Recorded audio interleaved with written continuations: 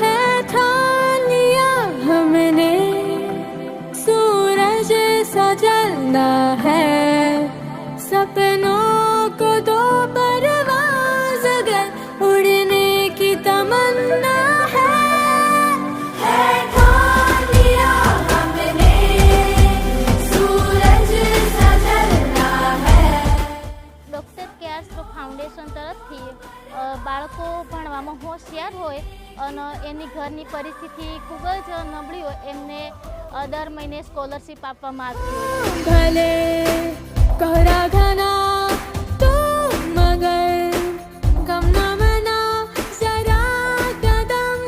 ઘરે પણ એના પપ્પા જે KRSFના જે વિડીયો હતા તે રોજે મેં કીધું કે રોજ તમારે શિવાનીને બીજા વિડીયો જોવે એના કરતાં જે આપણે KRSFના જે ભણતરને ઉપયોગી વિડીયો છે તે તમારે રોજે શિવાનીને બતાવવાના, તો એના પપ્પા પણ એ વિડીયો બતાવવા